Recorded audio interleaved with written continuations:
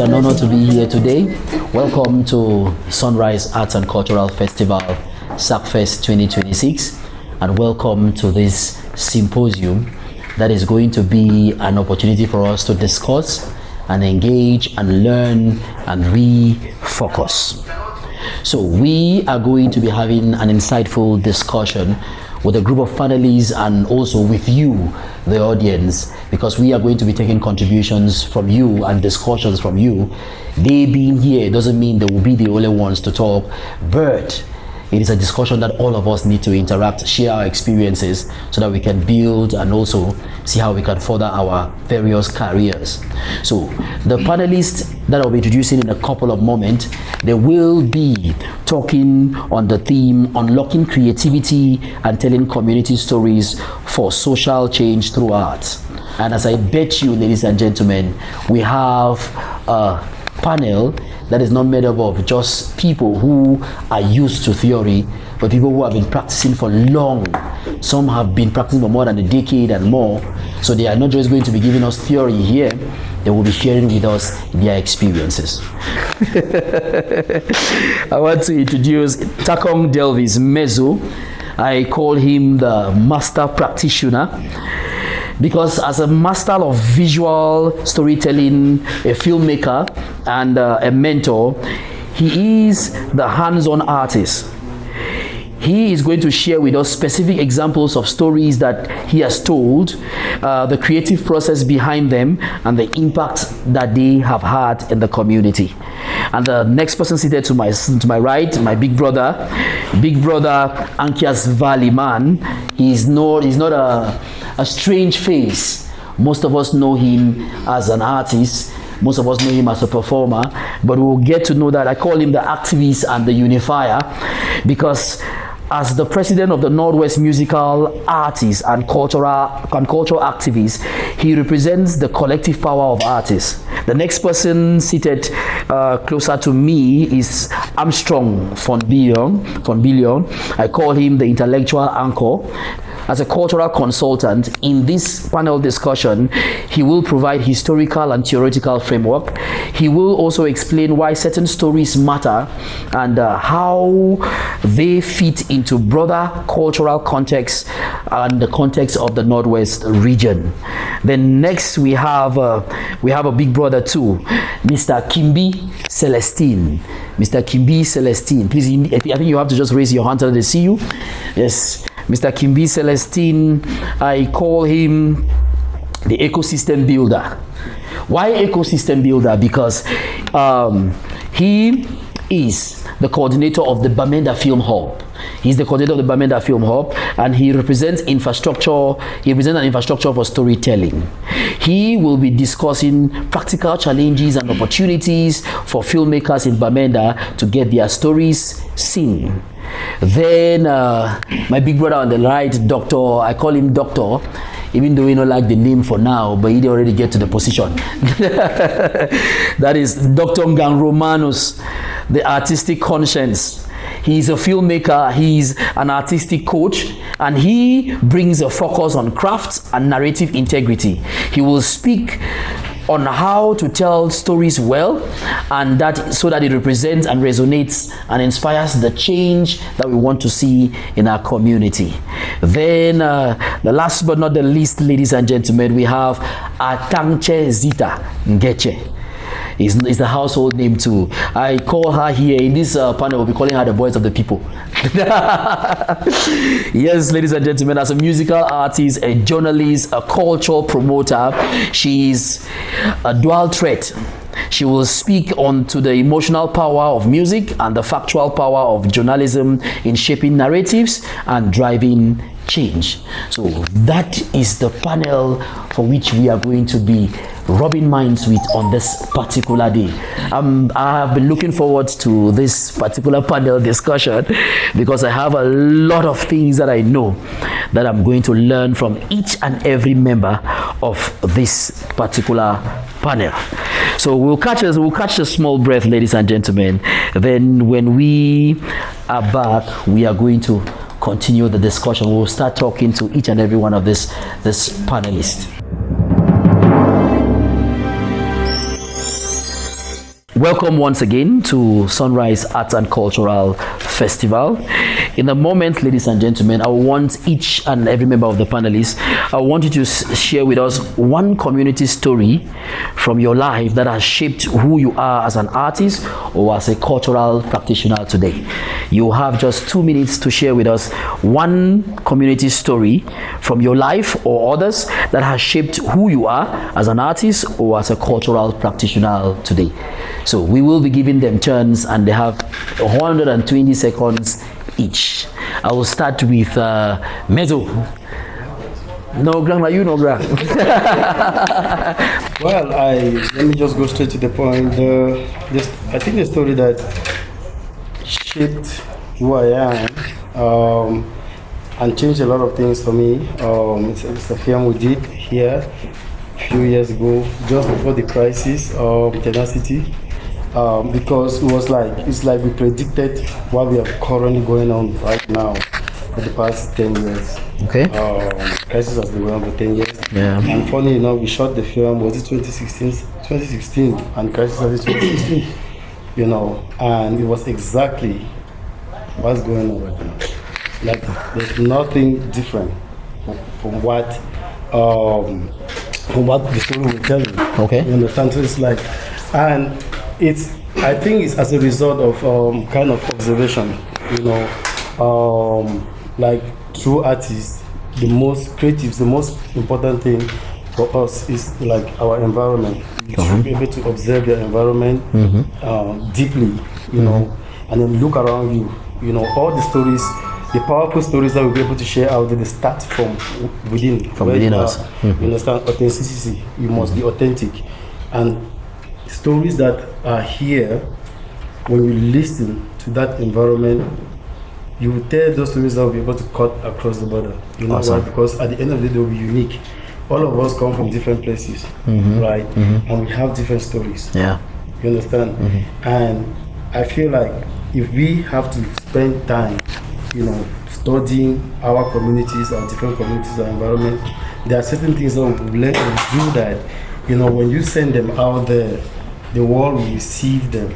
Okay. You know, Tenacity is the film that gave me the best African cinematography award, both, you know, nationally, in Africa and across. I won it everywhere. Awesome. You understand? And it was because of, you know what? It's a story that we are living in. It's a story that... It's like you predicted the future. You predicted the future. So it changed my life, that's it. So. Thank you so much, Mezo. Thank you so much. Big brother Ankias Vallyman, can you share with us one community story that shaped you as a cultural practitioner or as an artist? As an artist, I think I'll share a story of that age when I was very tender, still young, growing up, and we used to play what they call chingom cards. Year of chingom cards, and then the generation today can hear of that. So we're small and moving in primary 1 and primary 2, and so a film was projected in Mancon Palace, because I come from the region of the Mancon Palace, and we watched it, and it was like 81 when Bob Marley passed on or something like that. And then I saw the image of Bob, and it's like some Rastafarianism or reggae futures entered me. And when we were playing the Chingom cards, I passed an announcement all over the community that each time they find a card that is of Peter Tosh, because that was a card I've managed to see one card with a reggae artist there, those cards should be brought to me, or even buy them. So I'll try to play with you, and we do leaning, which means that we play the cards and they lean on the walls, and then your card that goes further, you win some other person's card. So at the end of it, I gathered all of the reggae cards. Then I started asking myself, but what of this? What's happening to me? I come from a place far not close to Jamaica or stuff.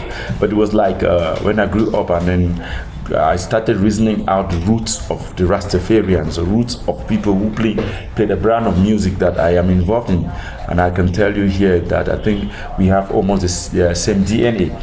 Most of them migrated from the same place where we migrated from, and somewhere bundled into cargo ships into foreign lands as slaves, which is just the diversity fight motion of slavery. We are still slaves back here if we don't realize who we are.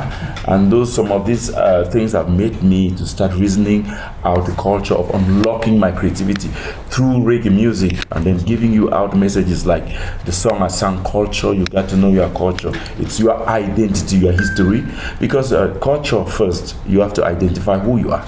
How do you identify yourself? You know, if you don't know who you are, you won't know what to eat, what to say, how to clothe yourself, True. and what kind of conversation you need to get yourself into, and not put junk into your mindset.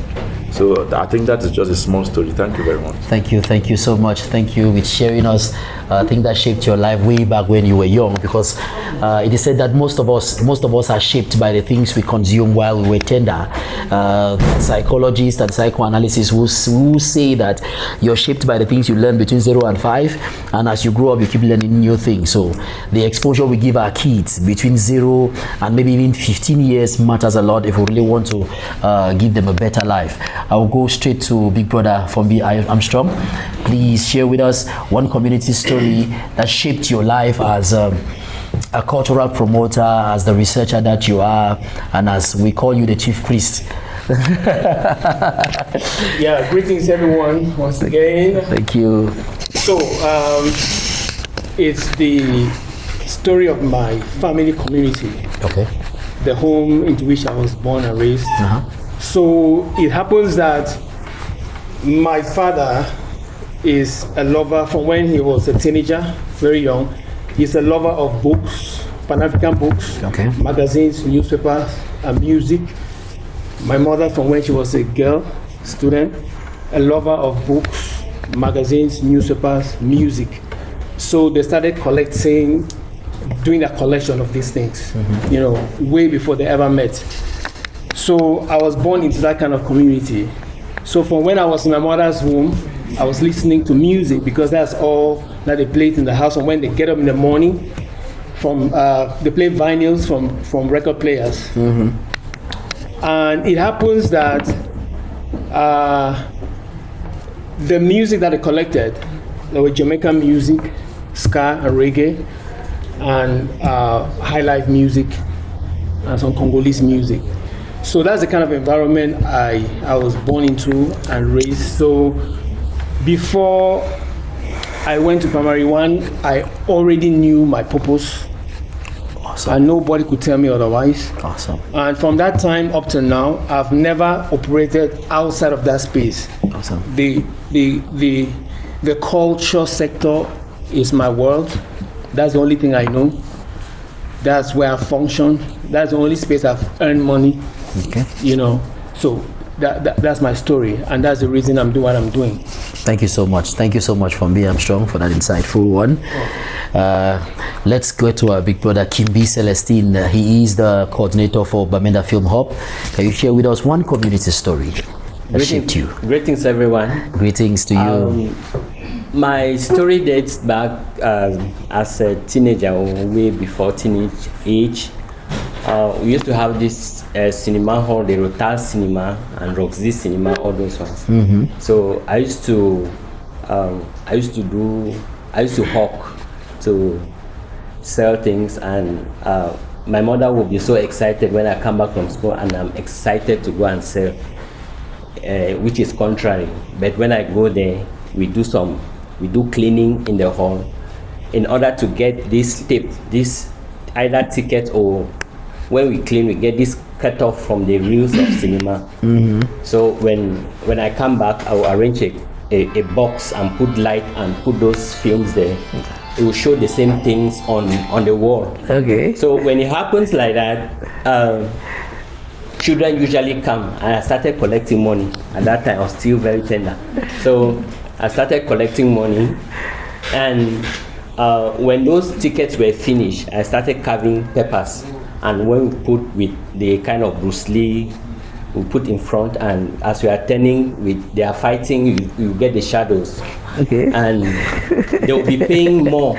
So it's at that point that I even saw that what I'm getting from there is more than the benefit that I was getting from selling. From working and hawking. Yeah, so my focus tilted from that because the passion too was there. Okay. So it's from that point that I started developing interest for cinema, marketing, social media, all.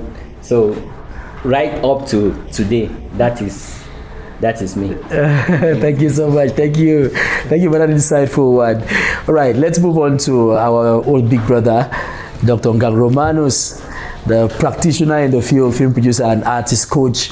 Can you please share with us one community story that you've heard or happened to you that shaped your life as a coach or as a film producer, a filmmaker? Okay, good morning once more. Good morning. Please, first of all, I want to correct that doctor, please. It's still in process. All right. Out of wants to go. I'm speaking in the future, right? It's the city of the future. Welcome to Bamenda. And also, I want to encourage my big brothers and big sisters sitting here with me. It's an honor for me. Actually, if you look around, you realize that I'm the youngest amongst them. Yeah. In the art and age-wise. So I really want to say thank you for laying a good foundation for somebody like me to be there. If you see me sitting here, it means I don't wash my hands and clean. Yes. Wash your hands, you big people. Thank you very much. So I think I am into mainstream filmmaking and corporate filmmaking. What has impacted me more is corporate filmmaking.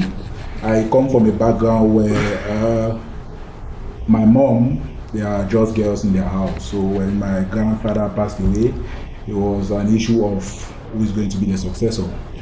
And then that got me thinking, right? And I had to start doing projects for that. So I did a project in my community, specifically in our house. Of course, I wanted to pass across the message. So it was all about women and successorship. That project has metamorphosed into women and leadership, and currently I'm still following that process because I'm doing another project now on women with disability and cinema. It's kind of tricky. Okay. Yeah, women with disability and cinema. I had to do that because as a lecturer in the university, I came across a student who has limb disability, meaning she doesn't have fingers, and she's in our department of performing and visual arts. I'm like, how are you going to do this stuff, right? But then along the line, teaching her from level 1 to level 2, I saw her do a lot of things, and I just studied why is that okay. As a continuation of what I've been doing, I think is a good project. I think we should put it out there. Let people not feel that because I have a limb disability, I have this or that, I cannot do this.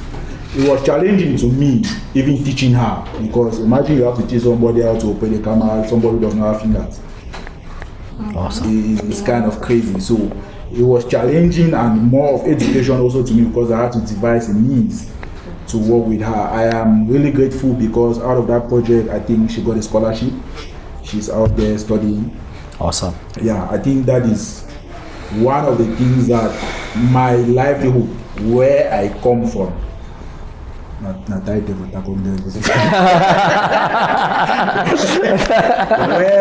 I come from impacted my journey of corporate filmmaking. Okay. Yeah, and with that, I will really say like my mom's family is not really into that chaos again of who is going to inherit whatsoever from my grandfather or whatsoever. I think there's that acceptance now that okay, before this man died, he had children, be it girls or boys, he had children.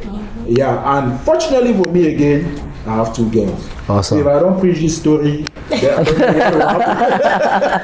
what will happen when I'm gone also? Thank you so much. Thank you. That is what has impacted my life. Thank you, Romanus. I thank Zita, the voice of the people. Can you share with us one community story that impacted your life as a cultural promoter, as an artist, journalist? Okay, thank you very much.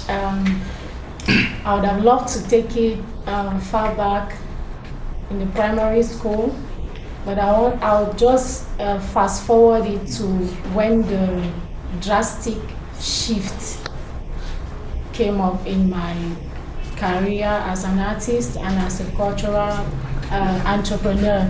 Ancestor is here and has corrected me. Don't say cultural promoters anymore.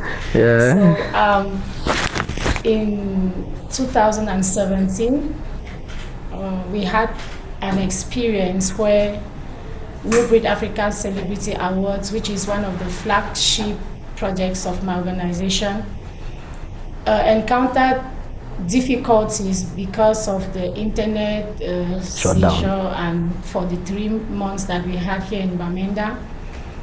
So I looked at how desperate artists were. They were looking for a platform because we did the first in 2016, and we had the plaza filled with thousands of people struggling, scrambling to enter the plaza for the show. So the second year now, the crisis started and all of those, the insecurity increased. A lot of things were happening, but we had already ignited the hope in the hearts of artists and talented persons in Bamenda. So how were we going to hold that particular edition, seeing how everybody was already texting, when is Mbaka coming up? Please, can I have a spot to perform?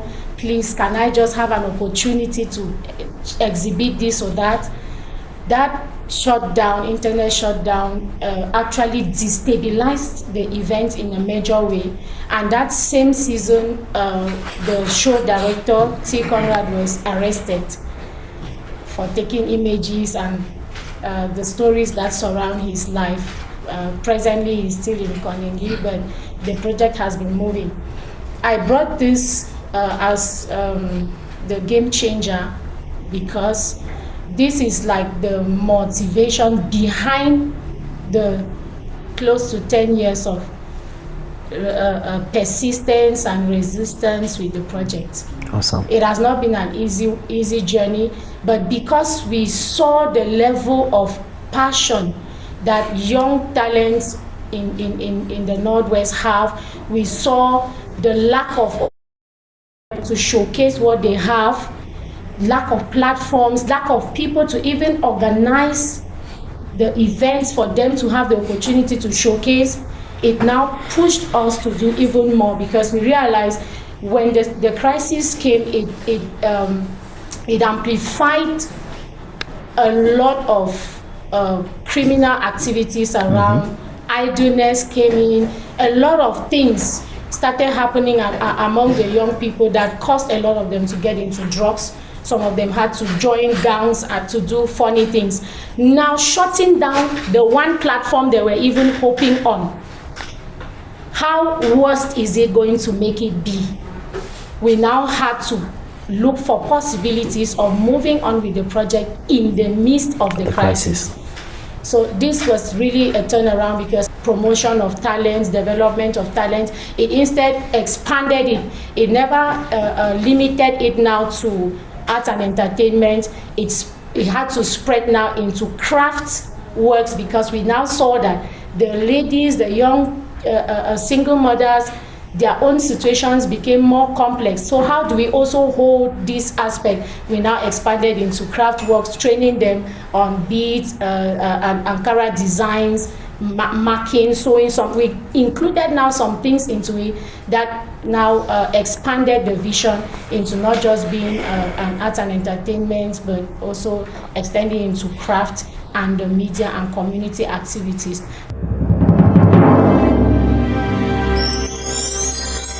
And its project, New Breed Africa Celebrity Awards, was that star they needed in that dark night. And I know that they also say that dreams are not achieved, they transcend. Yeah. You transcend now, it has transcended from not just New Breed Africa Celebrity Awards to now production of craft and also taking care of single mothers and all that. Thank you so much. Thank you so much for that beautiful insight. Now that we have laid the groundwork, ladies and gentlemen, we've heard of stories that each and every one of us, it impacted us or changed our lives as the path that we have taken. I would like to ask specific questions now to each and every member of the panel so that we can discuss, and at the end you can take down your questions, audience, so that you'll be able to have that opportunity so that you can ask them questions too at the end of this panel discussion. I will start with Armstrong Fombiyond, our cultural consultant, researcher and curator. I think Mamazir reminded me of the name Ancestor. From your own vintage point, what are the community stories of these Bamenda Highlands that are mostly at risk of being forgotten? And why is it urgent that we retrieve these community stories of the Bamenda Highlands and retell them now? Let me start by saying that the most crucial story is the fact that, and I'm happy you are limiting it to the Bamenda Highlands, otherwise known as the Northwest, is the fact that we don't know our culture. Awesome.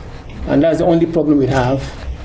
And there's no way we can ever evolve. It's not possible if we don't know our culture and if we are not grounded in our culture. And you cannot even know your culture if you don't know at least 30,000 years of your history. Awesome. 30,000 years of your history. The planet has existed for trillions of years. So what is 30,000? That's true. So we just go around and we make noise because we think we have talents, you know. We just blab around and we impress ourselves and impress our friends, especially with the invent of social media, because we own platforms that we can do anything and we post, you know. No. If we ever have to evolve, and when I say we, I'm talking to us, the Bamenda people, but it applies to every other person, every other country, whether it's Nigeria or South Africa, I don't care. If you don't know your culture and whatever you're doing is rooted in your culture, you're going nowhere. Awesome. So the story now, in this moment, is the fact that we don't know our culture. Even those who think they know, they still don't know it. So there's a lot of work to be done. And the most important, the most relevant education that must be put out there to everyone, irrespective of age, is culture. Awesome. Yes, we need to know what culture is. And there are lots of things that you'll be shocked if we start putting them out, that even the people that think they know, they don't know anything in terms of culture. Let me give you an example, right? Let me give you an example. What's the staple food of name me one staple food in Bamenda or the Northwest? Staple food. Yeah, staple food that people eat, that people love to eat. Achu. Achu, good. Okay, achu was created by the ancestors, right? Yes. Who lived once upon a time. Let me ask you, how old is the Koyam that they curate achu from? Hey, he's not that old. Oh, okay. So what if I tell you that cocoa is not indigenous to the Northwest? Whoa. It came from somewhere. Wow. Wow. Okay, what if I tell you that all yams, including the yams in Nigeria, which constitute the Calabar yam, what they call it? Yeah, you know, the white yam, which constitute part of their cultural dishes, is not also indigenous to Africa. Wow. Wow. So you begin to understand that we need a lot of cultural education, because that's the only way we would evolve. Yam is a hybrid that was made by the Portuguese, and they brought it to Africa in the 1400s. So before that, what were our ancestors eating? Now we have to applaud our ancestors for that creativity to see the yam, and then they're able to create a dish called achu. And probably they knew that cocoyam is starch, and starch is unhealthy. Yeah. That's the reason they had the wisdom to blend it with achu banana, which is an indigenous banana. It's not a hybrid. Yeah. It's highly medicinal, to reduce or to deplete the starch content in it. And then with the yellow soup, which has so much indigenous spices from our forests, which are all medicinal, you know. So they try to curate a meal that will be healthy to an extent. So you realize that we don't know our culture, and we need to know our culture if we must evolve, which means that everything about our evolution, whether it's education, has to be rooted in our culture. Awesome. Our healthcare system, our medicine must be rooted in our culture. We need to create various value various cultural values and identify cultural taboos. That's one thing I applaud the Bamenda. For instance, it's a taboo, and this is what the younger people need to take seriously. It's a taboo. Okay, you're fine. They're eating at you with spoon. That's a taboo. In the Bamenda Highlands, if an elderly person who is older than you 2 years stands in front of you, you're not supposed to stretch your hands. Yeah. True. You have to wait for the elder person to stretch their hands, whether they like you or not. When they stretch their hands, you take it. Yeah. They see what is happening now. So our cultural taboos, we don't even know them. Our cultural values, we don't even know them. So how do you even expect us to evolve? So the story is that we have been lying to ourselves that politics is a problem. That I don't even want to name certain things. So we create blames that don't exist, and we are lying to ourselves that that's the reason we are not evolving. But the reason we are not evolving is because we don't have a clue what our culture is. We don't understand how important culture is. Culture is the only power on this planet, not military industrial complexes, not nuclear weapons. Culture is the only power, because culture is influence. That's the reason we have Alliance Française here. Yeah. Because the fact that we are here, we are under the influence of France, whether you like it or not. Yeah. Do we have a venue? Do we have a venue in this town? No, we don't. Back to back, all of our events, what are we doing them? Where? Alliance here, Française. Right? Yeah. Okay, so psychologically, what does that tell you? You feel inferior. True. Yeah. In the face of the people who own this institution. Yeah. So you see how important culture is. So you see how it's necessary for us to use various art forms to educate our people, old and young, about culture and why it's important for us to really know our culture. So you now understand why it's important for us to document it, whether it's in the form of literature, or film, or music. We're having a conversation on Saturday in these premises. There was an event here, and a series of young artists went on stage, and the drummers are messing it up. At some point in time, they're no longer playing drum, they're playing bikusi, tombolo. That's non-jam. You're destroying a very important musical genre which the world is yet to discover, which was created by the ancestors. Because of oversabi, you don't want to learn. You think you have talent. You don't want to learn. You don't even know the importance of learning your culture. You want to go and play it. So these are the things we've been doing to ourselves, and we are blaming other people. So it's important for us. The most important education on this planet is culture. So we need to get ourselves entangled with telling more stories about the culture of the Bamenda man. Yes.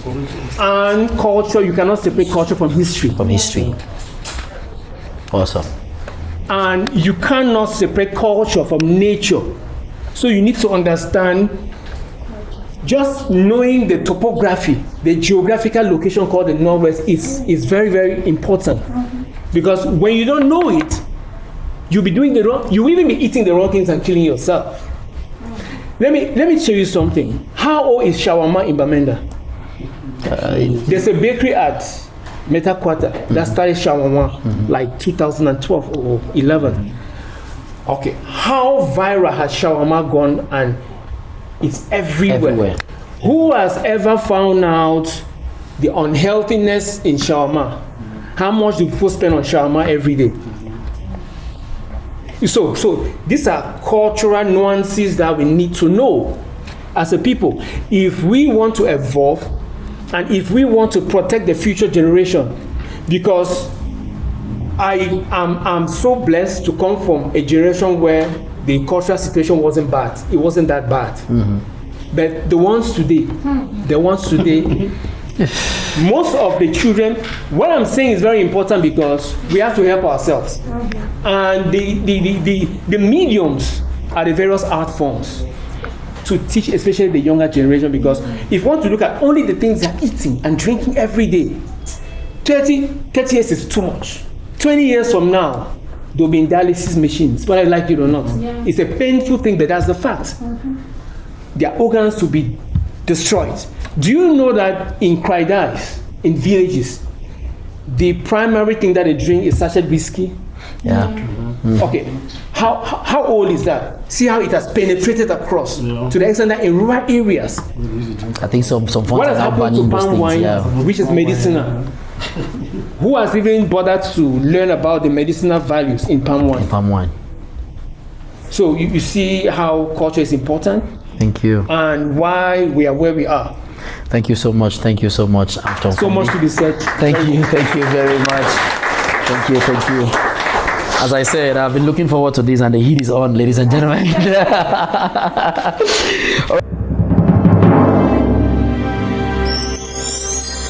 Right, I will move on to Romanus. Romanus, an artistic coach. You work with storytellers to refine their craft. What is that single most common weakness you see in aspiring filmmakers who want to tell community stories, and how do you help them unlock that barrier? Okay. Remember Armstrong Fombiyond has talked about the various forms of art that we need to use to educate ourselves about who we are. So how do you, those weaknesses you experience in them, and how do you help them overcome that barrier? Yeah, so I think most part of my work, I've been working with young filmmakers, probably because I came up in a generation that I didn't really have somebody to hold my hand and all that. I took it upon myself that, okay, let me not let others go through this. But I feel the mistake that young filmmakers or young artists are making is a lot of assumption when it comes to telling community stories. Okay. What do these guys do? There's this issue of you take a story to a people, which is wrong. You sit in your house and you assume that this is the problem these people are facing. Because of course, as an artist, before you create a piece of art, you must know your audience. So artists now assume their audience. They assume their audience, they assume a problem, they create a problem with those audience, they sit in their house and they write something, and then they take it to those audience. They write it and it's so beautiful for them in that room. Okay. So now it's not about how good, how well you can craft a story, how well you can do screenplay, how well you can sing, how well you can paint. Is that story the truth? Community based, is it from them? You get it? So most filmmakers, most young filmmakers, they do a lot of assumptions. They create art that is void of community engagement. The community is not involved. You know, you are watching a story. At times I watch stories and I ask myself, like, is this true? You know, you do a story about the Bamenda community and then I watch it and I'm like, really, does this thing actually happen in Bamenda? You get it? I watch a lot of films from young makers and then I see how they portray marriage. I be like, bro, I grew up in a village. This is not marriage. This is not how marriage is done in the Northwest region. Why? Because they don't do research. They sit in their house, they do a lot of assumptions, they pick from what is available. Picking from what is available is they have access to YouTube, they have access to so many platforms, and there's this thing called media bullying. When you consume something for a very long time, even if that thing is bad, you get to fall in love with that thing. Yeah, start believing that's the truth. So because of what Nigeria is doing, of course we really don't want to compare, but because of what Nigeria is doing, it's affecting our young filmmakers a lot. It's affecting our painters a lot. For instance, when you open YouTube, you don't need to type a Nigerian film. You automatically see a Nigerian film. Definitely. If you go to music platforms, you don't need to search. You automatically see foreign music. Now, because our young stars are fond of that, they have access to these things. They consume them. And as Grant Armstrong said, we don't know our culture. So they believe that that's us. And because they are passionate, they want to create something for us also to consume. They replicate that nonsense. Sorry, now you're getting too intellectual now. The doctor in you is coming out. And you are watching something like people that Mezo say is strenuous to watch. You know the truth. And then you are watching something and you be like, bro, how do you want to convince me with this? I know the truth. This thing you are presenting to me is rubbish. Yesterday when at the opening ceremony, there's this lady who did spoken word. There are some lines that kept me going because that's what I've experienced. She was like, it started with 1, went to 2. But every drug addict knows that it started with 1. Yeah, that's true. That's the truth. Yeah. You get it? Yeah. So if you want to tell me a story about a drug addict and then you start presenting somebody who is consuming 4 or 5, that's not the truth. That's true. It doesn't resonate with our community. So let me dive more. I want to ask you. I think you must have had that experience where maybe a young writer has presented to you a script, or a producer presents to you a script that has those things that you know that, okay, this is not our community. How do you help them? How did you help them? How have you been helping them see that, okay, this your story is a beautiful story, but it's out of context. It's not community based. How did you help them to see it? Or how, because sometimes you might be able to, and sometimes they might not be able to, but how did you succeed? Have you ever succeeded in convincing some of them to make a change, and how did you do that so that others can learn from this? Okay, I think of recent, probably just last year, a young guy approached me with a script, and when I read the script, it was about intertribal war, conflict resolution, and all that. So I was fortunate enough to have interacted with an organization, I think Bendilum Foundation, something that City Kimbi is there. So I read their report about the farmer grazers problem in Womb. And when this guy presented this stuff to me, I read it. I was like, I actually saw what Nigerians are doing. You know, they think like the king comes out, bless the warriors, and then this other way, they're blessing the warriors. I was like, whoa, go to that organization. Awesome. You get it? And he went there. It was a challenge because he did not know how to present himself and all that and all that. He came back. I took him there personally, and he was given data. Awesome. The complete research to read. Now this is the funny thing. After that, I've not seen the young man again. and you know, the film is not out there. So probably he knows the truth now.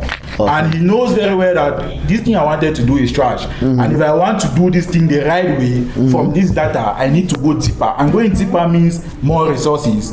So the guy just abandoned the whole thing. But again, there's this syndrome with our young filmmakers, right? Yeah.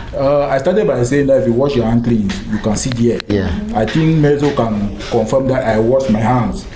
Now, there's this thing with young filmmakers or young artists. When you tell them the truth, they disappear. Of course. Yeah.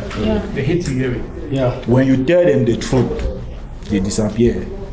I will quote our brother ancestor. I think he's the first person who told me the truth. I think on St. Benet's Day at Upstation something, and we almost got into a fight.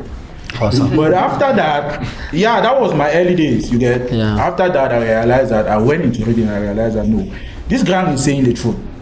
But I did not shy away. I went closer to him. That's a mistake young artists do. When you tell them the truth, they disappear. You become an enemy. You get? Yeah. I'll share a story. Probably one of my first films that I did. That was that announcing Romanus. When I took it to, he seated here. When I took it to Mezo, he told me the truth.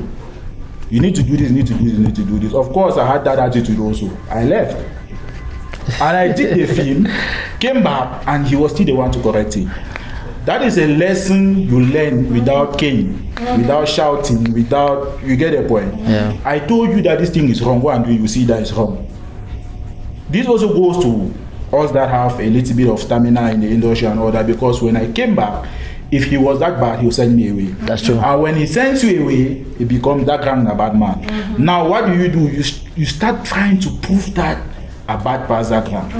Yeah. You get it? Yeah. That's where the problem is. Yes. But as I said, young filmmakers, young artists, not just filmmakers, painters, musicians, and all that. When you are growing in your career, right, and you see somebody that when you are growing up, you're celebrating that person as a musician, as a filmmaker, and then that person is not active again. Draw close to that person. Draw closer to that person. Why are you not doing this again, girl? What is happening? What challenges did you meet? You get it? Yeah. Because that person has lived the experience. That person can tell you the truth. What happened? And I like quoting people as a researcher. like what Mbewa Musu always say, we are going around the same circle, we think that we are moving. We are not moving. That's true. Because I will tell you for a fact, the music that we grew up listening, the films that we grew up watching, the paintings that we grew up seeing are far more better than what we are seeing today. What we have today. Yeah. And the question is, what is happening? The young filmmakers, as I said, there's a lot of assumption. You see the music, you listen to the music of Ankias Vallyman, is good. Why not go close to Ankias Vallyman? How did you come about this thing? Now you want to sit in your house and you assume, you try to copyright something and thinking that I'll show that dancer a bad passing. yeah. I'll show Ankias Vallyman a bad passing. You get it? I get it. That is our problem. Okay. With telling community stories, the main issue is you don't create the problem and bring to me. I'm the one wearing the shoes. I'm the one who knows where it pinches. So for you to be able to tell my story, you must discuss with me. You must discuss with Yes, you. you must discuss with me.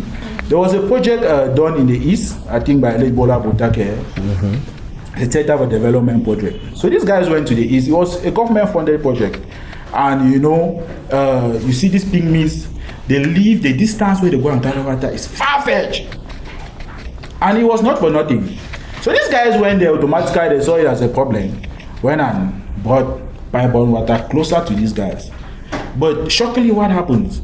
These guys still left and went and fetched water far-fetched. You get it? Yeah. And now research proved that since they are living in those that one-room carabot, when they send children to go and fetch water far-fetched, that's when mommy and daddy can do something. Yeah. Now you brought this water closer to them. There is no time for mommy and daddy to do something. So they still have to go and carry So water. they still have to send these children to go and carry water far-fetched. So you see in your house, you are assuming that these people have a problem. They don't have a problem. That's true. You get So you must talk. You must talk to them to know the problem they You must have. go into the community before you even start writing the script.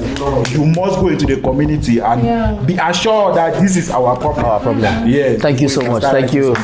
Thank you so much. Thank you so much, Romanus. Thank you very much. I am so happy that we have some young writers here and you're getting it firsthand from those who have been in the field. All right, let me move to Kimbi Celestine, our boss, Bamenda Film Hub. As the coordinator of Bamenda Film Hub, you are building the infrastructure for visual storytelling. What are the biggest practical challenges filmmakers here face in getting their community stories produced and seen? And how is Bamenda Film Hub working to unlock those doors?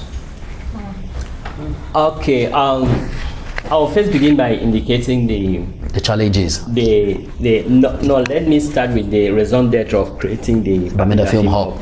You know, it stems from the fact that the quality of production in our visual sector was appalling. Okay. And we decided to come together to create a hub that can easily like do a kind of a quality control on this kind of productions. So fortunately, we have in the hub top crew, like top visual experts that are part of the hub. But the unfortunate thing is that with our filmmakers in Bamenda, there is that the first thing I want to talk about is pride. Okay. That aspect of pride, they have it right before what they are even doing. When you want to tell them something, that grand they know now, we see that grand them the time down. All manner of us. Yes. So now these particular kinds of things that we are talking about, they are going about doing the same thing and expecting a different result. We will organize workshops in order to correct some of these aspects. But in that workshops, they will not be there. They will be out there doing a production, committing the same crimes or the same kind of errors. I'll quote an example. The latest film that I did was Kismet. It was directed by Romanus. It went to the Oscars, and there we realized that there were some certain things that were supposed to have been done right from inception. Those things were corrected, but they were corrected at a level that if we knew, those things would have been done before the shooting even begins. You have the platforms that you intend to send your productions out there. They have their criteria, the kinds of cameras, the sound system, the grading, and the final product, the format. So if you begin that you want to do your production, you first start by shooting. You do your shoot on a substandard equipment, and at the end of the production, after grading, and they ask you now, where do you want to take this production to? You say, it's Netflix. Netflix has a standard. You have already failed right from the beginning. As Dr. Romanus was saying, if at the beginning you contacted us, or you come close to the Bamenda Film Hub, that okay, I want to do a film for Netflix, I want to do a film for this particular platform, you'll be told that okay, begin here, this is what is required, these are the kinds of equipment you need to use in order to achieve your results. But they begin at the end, and then at the end they begin post-production, is it post-production or something like that? At the end of the production, they don't get, yes. So Bamenda Film Hub has a quality control standard where they control the quality of films that are being produced. If you have noticed, like 5 years back, the quality of films coming from the Northwest has drastically changed. True. Yes, but before then, you will have like we're discussing, when you tell some of these people about what they are required to do, they disappear. They don't come because they have what they have to. Okay, they have already preconceived ideas of what they want to do. Thank you so much. Thank you very much. I think I'll move on to Ankias Vallyman now at this moment. As the president of the Northwest Musical Artists and a cultural activist, you fight for the right and recognition of artists. How does advocating for the artists directly contribute to their ability to advocate for social change through their work? Yeah, thank you. It's good. Probably, I think my brothers rightly told you that what has killed our culture is the cultural identity of artists. We don't yet know who we are. And if you don't know who you are, you cannot understand what you want and what you have and what you lack. If you know who you are, you understand that sometimes you need to conceive, you need some meditation period, you need a calm environment, you need an inner communication mind, a mind where you can talk to yourself and know exactly true who you are. If not so, you come out with what will not please the public.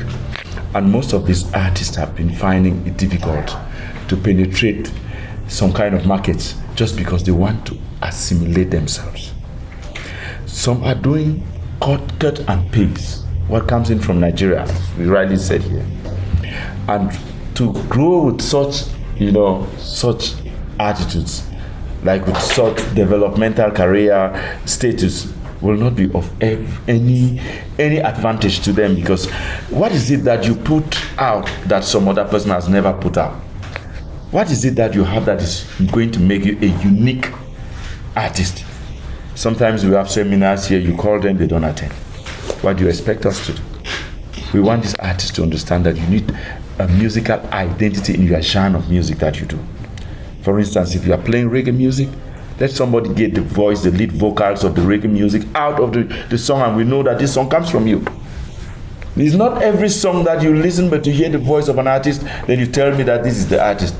Let's dash out of reggae, which is my genre of music, and talk Makusa. There's Makusa in Douala. But once you hear Petit Pays without his voice, you know that's him playing. He has created a unique pattern identity in the musical content. When you listen to Misengo Francois without his voice. You know, that's Misengo Francois. Coming back to the reggae genre where I belong, I'm doing African reggae. How do I design that reggae look like reggae from us? I've been trying my best. But when you find those to accompany you, even the studio engineers, to do what you want them to do, they don't want to listen to you. They want to do what is coming from outside. When you listen to Lucky Dube without his voice, you know that is Lucky. These are things we need to tell the artists, to the musicians to know. But now when you listen to Bob Marley without his voice, you know that's Bob Marley. But how many Cameroonian or Bamenda reggae artists who claim to be reggae musicians create something? At least I'm almost 50% or something. When you listen to Ankia's Vallyman's instrumentation, you know that is Ankia's coming out. But I need to develop it to the fullest. So we have a lot of challenges creating that identity and using it now to create a platform for yourself. I will not hide it from you that my genre of music is the most paying genre in Africa. It is like a religion. We have festivals abroad, festivals everywhere, now and there, festivals, and they want new, fresh wine. They want something new. And when you want to tell these artists, let us come out something that will look like us, they cannot play. Like he said, you get the drums of Bikosi. Unfortunately, we lack drummers, we lack pianists and guitarists in the Northwest who can actually go out for any international tours. But they claim they know how to play music. I tell them that is not an animation they are doing. And I become what? An enemy to them because of what we just said. If you want to correct them, they call you an enemy. So if I get you well, first of all, for you to be able to advocate for the right of artists, they first of all need to build an identity. You must have an identity first before you can advocate for rights for the artist. Like what I'm saying, yes, it would be a bad thing, a taboo to be fighting for my rights without me knowing the importance of my rights. Yeah, without knowing who the artists don't even know they need to have that right.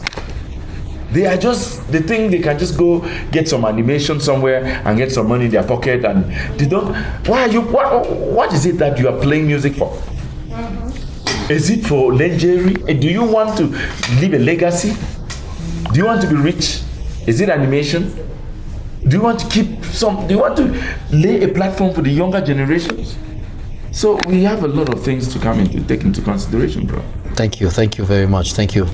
Let's move on to our brother here. Let's move on to Atanche Zita. Zita, you are a cultural promoter. What role do our radio stations, our media houses play in amplifying stories for social change, and how can artists better collaborate with this local media? I happen to be an artist, musician, who has been struggling a lot with her own music career, struggling to have a platform, struggling to have promotion on our media, from our media houses. And as well, because of my own experience of not being able to have enough support, platform, promotion on the media, I had to start creating the platform for others to be promoted.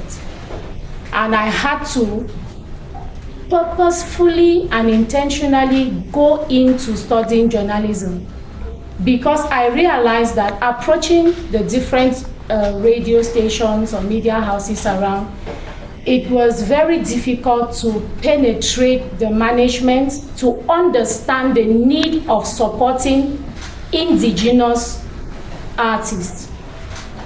I actually did a lot of that even before I studied journalism. I went to study journalism in 2009. But before that, I had already started meeting media managers and different media houses to see how they could listen to what I've done as my music. They could listen to songs from my friends who were also struggling to be heard. And it became very difficult for them to see the need of not playing maybe a pop song in a community radio station in Bamenda Highlands, to playing your own song that maybe even though you may not have mastered the njang, at least a little bit, there are people in the community that understand the language of Jang and can relate to it better than they relate to pop. So I noticed that they don't even care whether their promotion of what you are doing, which is community-based, is going to push you further and push the culture further and cause the community to embrace our cultural music. They don't care. What they want is they need to be able to capture the biggest market, masses, yeah. So they can be able to have their adverts and everything and all of that. Well, most of the media houses we have are not really community-based per se. They are privately owned. They are commercial. So they are business people. That's true. They want to make money. But there's also a trick in it that I realized, because if you are in a community and the money you are making is from that community, you owe that community a responsibility to at least give back to the community by promoting what the community stands for. But we realize that a lot of media houses, they have totally made money making their focus at the expense of promoting what is going to lead to the growth of the community, or promoting community values. Yeah. And then I had to go back now to study journalism, because I needed to understand, how do I break through this circle? How do I find myself amongst them as an artist, so that I can also advocate for the artists? I would have a voice, they would listen to me. Cool. That's how I went to study journalism and attached to my music, and I now started creating radio content, entertainment shows focused only on 100% promotion of home music, like the Meet the Stars on Radio Hot Cocoa. I did that in 2013. I conceived it while in class. In one of our sessions when they were teaching broadcast media, the idea just came to my mind. I said, okay, but how do I penetrate a media house with this? I had to do internship there intentionally, because I needed to be there and push this idea for the management to take it. And that's how it was a battle. It felt like, okay, why not make it 50% indigenous and then 50% other kind of music, so that the population will engage. I said, the people that you are even promoting, they have no idea about the existence of your media house. They don't even know that there's a media house somewhere in the world that exists like this one.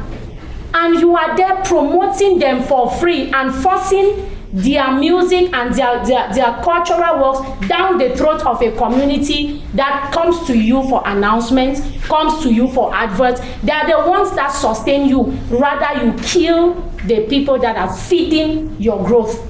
That's how I had to confront until they finally accepted that particular program. I now started promoting fully indigenous creatives through that particular program, Meet the Stars. I realized that it was going to be limited, because our environment, we don't yet have the radio houses that can cut across regions. So how do we do it? I had to be streaming every edition by creating an online page, Meet the Stars. So when I'm on the radio talking about the indigenous musicians, interviewing some of them, it is now streaming live on the Facebook page, so that at least from that platform, the world can also start consuming what we have here.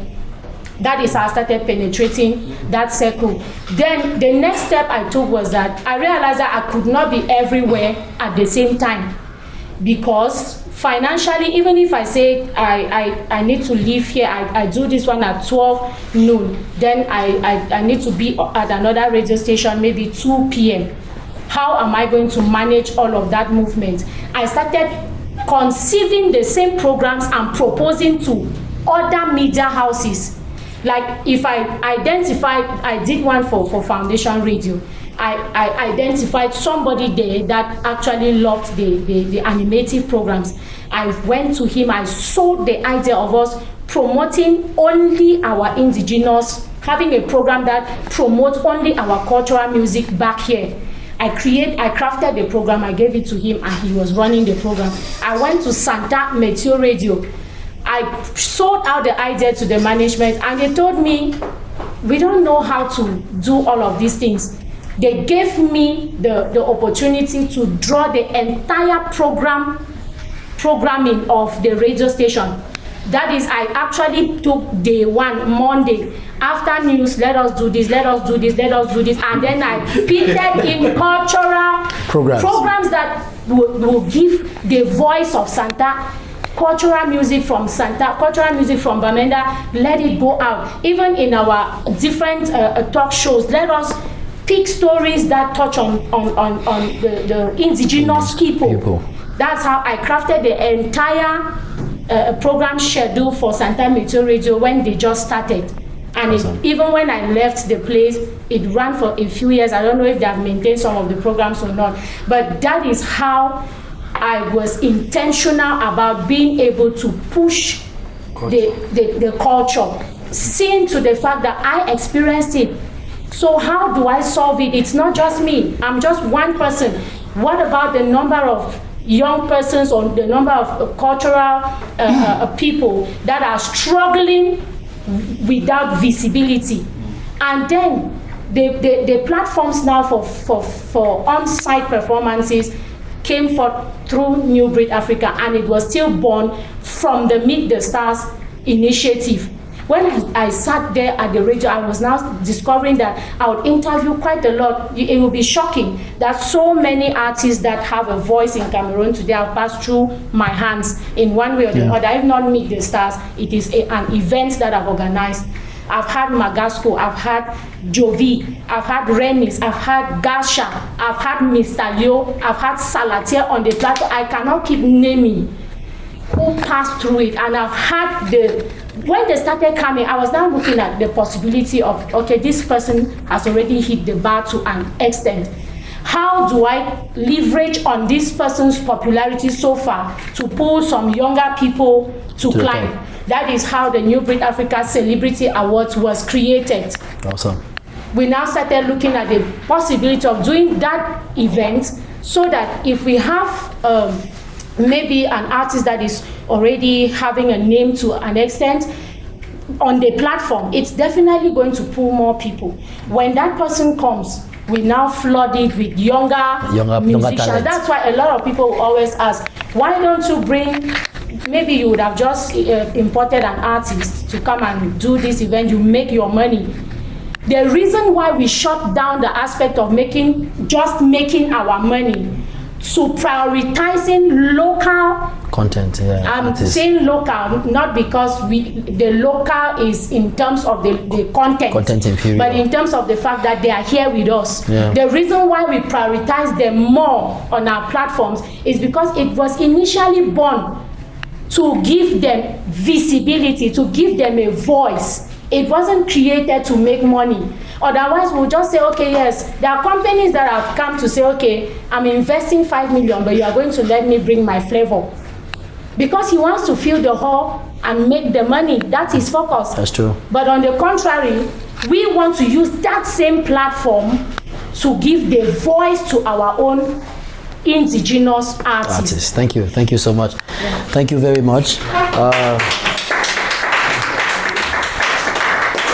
I'm happy because we are all following up and we are seeing how she's sharing the challenges she faced and how she was overcoming those challenges and not waiting for someone else to help her overcome that challenge. The challenge of penetrating radio stations, because we know that most of them are commercial. They are in to make money. They have taxes to pay. They have equipment to repair. So, but how do we get to them, knowing that they don't care about what they give the community what they want, not what they need? Yeah, so how do we do that? She penetrated it by a simple method of giving, first of all, getting to the radio, giving them services for free. You had to program a whole radio all by yourself. And sometimes you have to get to these radio stations and do a program that has nothing to do with you as an artist. And from there, you'll be given that leeway where you can now have programs that has to do with you as an artist. It is very, very important that before you approach someone, you start thinking, what do I have to offer them that has no benefit for me? Sometimes it's difficult. What do I have to offer that I have no benefits for me? Because as you are sharing your story, it's resonating with me because I realize that the masses, more than 80%, if you want to reach more than 80% of the population in Bamenda, use the radio. Yeah. Forget about Facebook, forget about Instagram. Yeah. If you want to reach them, use the radio. They are still on their radios. You want to use the suburb, use what? The radio. And the radios don't have content. Yeah. And they need content. But when you go there and say, okay, I'm an artist, just take my song and play it, they will not take it. Or they will take it and just keep it. But if you go there and say, okay, I want to create a program that does this, during that program you play a song. Yeah. Case closed. That's the truth. Yes. Or you create programs when once you are already in the house, they now use, they even come to you for consultant, they ask consultancy. Yes. We want our program, our radio space is empty. What do we put here? And you suggest at that time and then listen. So let's explore. We have more than 10 radio stations in just Bamenda itself, not to talk of the indigenous places. And then we now have TV stations. We have more than 5 already, and they are still looking for content. But if you go with your song or with your painting or with your poetry, they will ask you to pay some money. Yeah. But once you go there and say, I want to offer you help, it will help you better. Let me get to our big brother, Mezzo. In your experience, what is more powerful for creating change? Showing the painful reality of a problem or showing the hopeful possibility of a solution? How do you strike a balance in your work? In your experience as a film producer, the mic please, send the mic this way. In your experience as a film producer or as a coach, what is more powerful for creating change? You want to enact change into your community. Yeah. What do you think will bring that change faster or make that change more effective? Yeah. Is it about you showing a painful reality of a problem in that community? Or is it about showing a hopeful possibility of a solution of the problem in that community?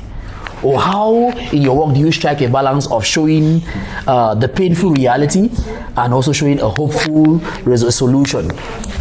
I think so, but which one is more powerful to you? Showing the pain or the chaos that a problem is causing, or giving the solution?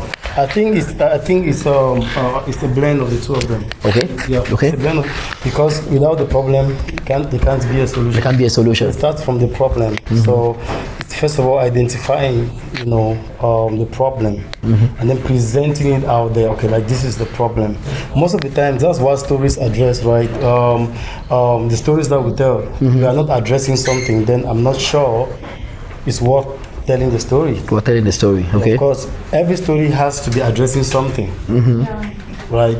So, and most of it, if it is addressing something, therefore it is kind of a problem that has been identified, and then then you do possible research on how that problem can be solved, and then you incorporate it within, and then you present the solution. So most films, like, it's always like you identify the problem, and then you do the research, and then you show the people, okay, this is how to get out of it. It's always like that. With your work and experience, what? It's not it might not, most times it might not be a 50-50, but can you share with us whether showing more of the problem and showing a hopeful solution at the end helps the community overcome that problem, or showing a little of the problem and then showing more of the solution? Which one helps to create a faster change in your community? I think the problem.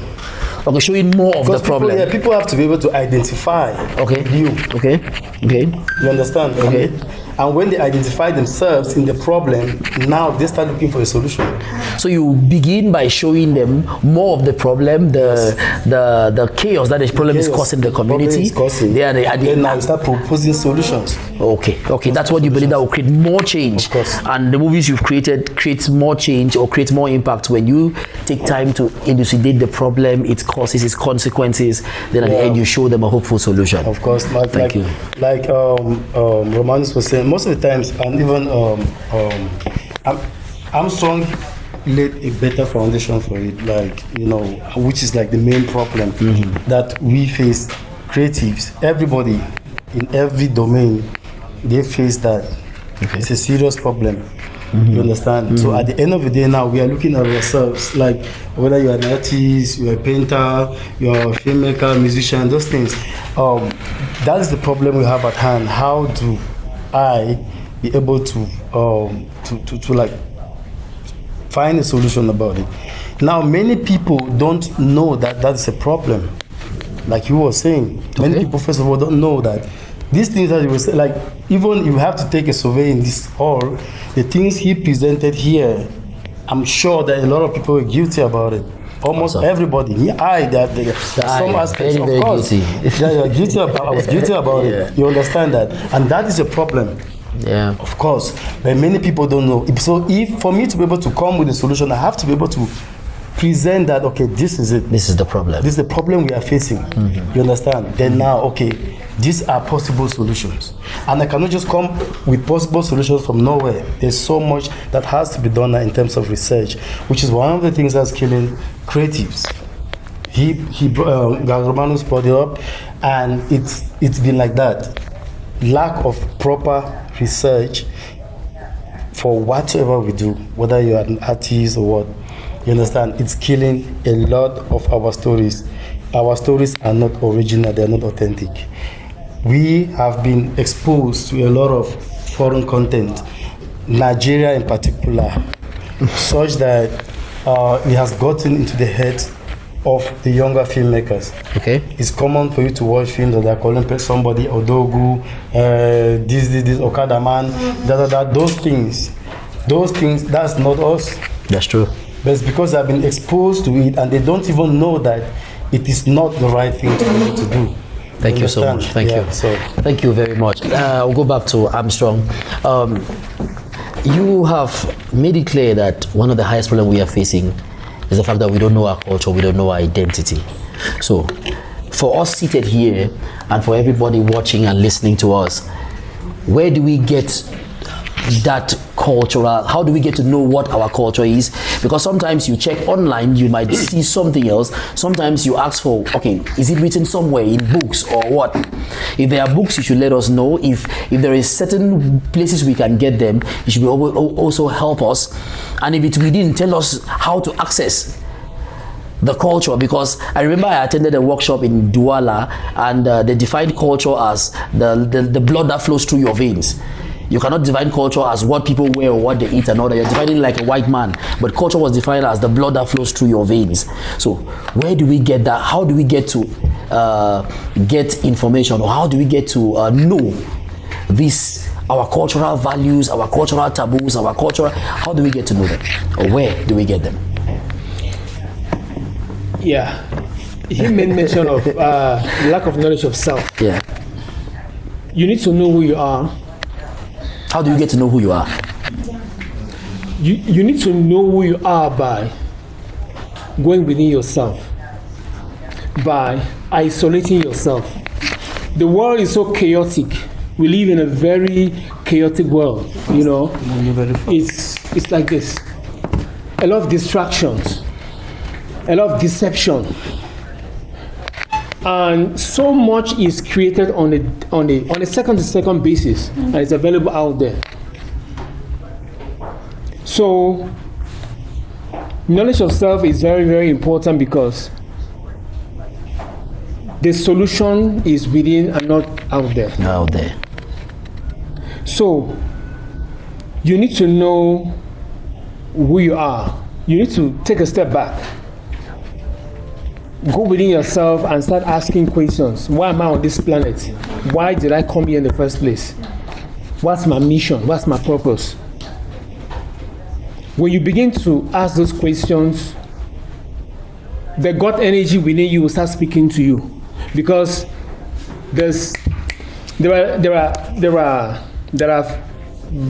are verbal frequencies coming from the God energy within you, but because you're distracted, you can't even hear.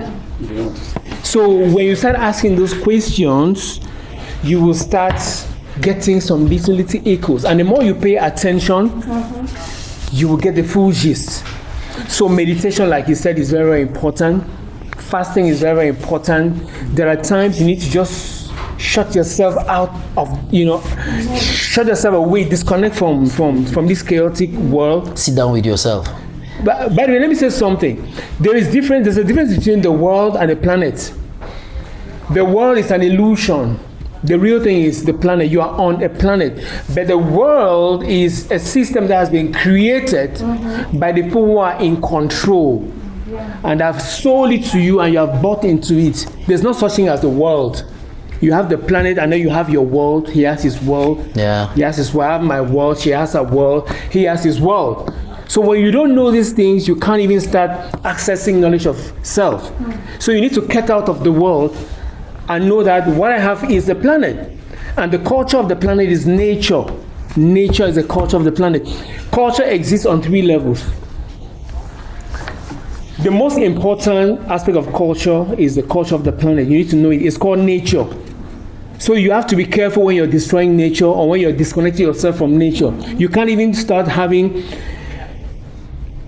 an understanding that there's a need for knowledge of self when you're disconnected from nature.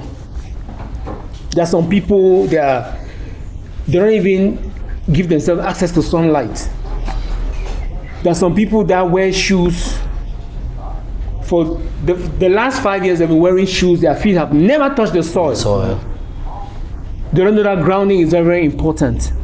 There are some people, they eat artificial food for 5 straight years. They don't know what natural food is. So all of those things that clock up the real you on the inside, your pineal gland is clocked up. The God energy in you is caged. And your focus is the world that you have willingly walked into. So don't even blame the people who have created that world. It's you who walk into that world. So knowledge of self is very, very important. And when we have this, as we're sharing this knowledge, we begin to start having conversations from within our homes. We start sharing it within our communities. So culture education begins with you and in your home. Your closest community unit is your home. So it begins in your home. Start having conversations with your siblings, with your children. Start asking questions. What's up? Let me give you a simple example. Go and ask the people who live along Carl Street, Ghana Street, Sisa Quarters. What's the indigenous name for that area? They'll not tell you. Ask someone who was born in Old Town and has lived for 90 years. Most of them, Old Town. What's the indigenous Mancon name for Old Town? They'll not tell you. So we need to start having these conversations from within our family units. Asking questions. The most important question should be culture. Not what is. See, the culture of the planet, like I said, is nature. The next important culture is the culture that is tied to your ethnicity.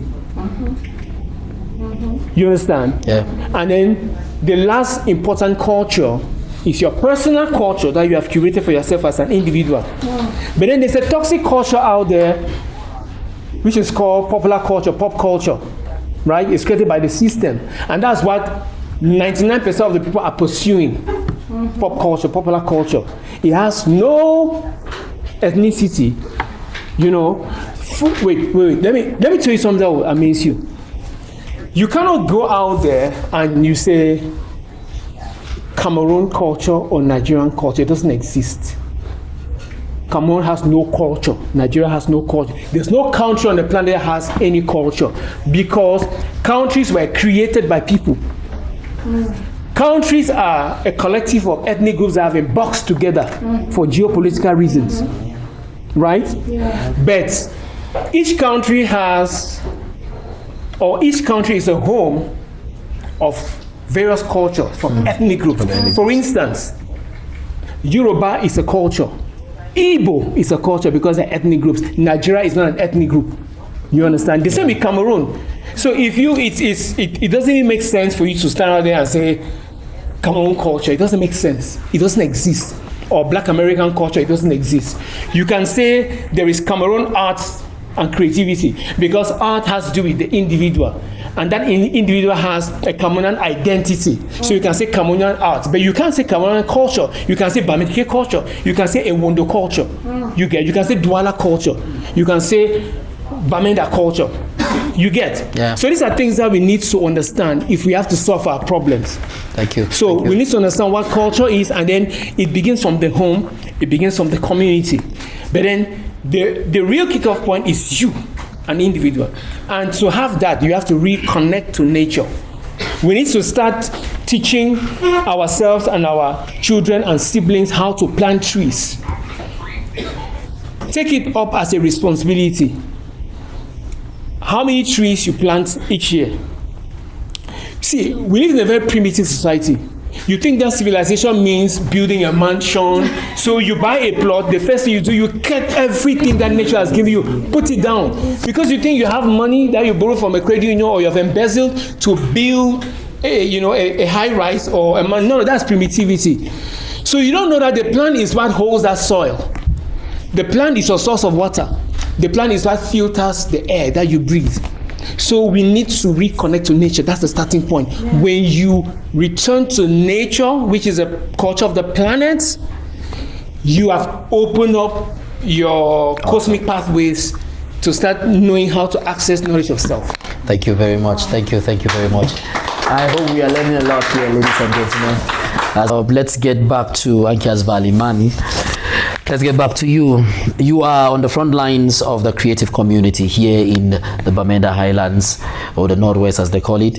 What are the biggest locks, systemic barriers, policy issues, or social attitudes that are currently holding back artists in Bamenda from being effective agents of change? Yeah, great. I will not hide it that we have a lot of barriers that are holding artists here in the Northwest region. And the first of it all is, it depends on the artist. Most of them are naive and they don't want to have self-confidence in what they do, because they are avoiding to have that identity in what they do. They don't want to identify who they are. And if an artist is dashing away from knowing who he or she is, that artist will never move a step. It's like that an artist that is lost.